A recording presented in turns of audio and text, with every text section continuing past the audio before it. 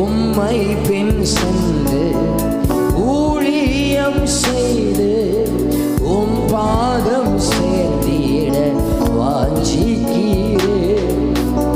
உம்மை பின் சென்று ஊழியம் செய்து உம் பாதம் சேர்ந்திட வாஞ்சிக்கிறேன்.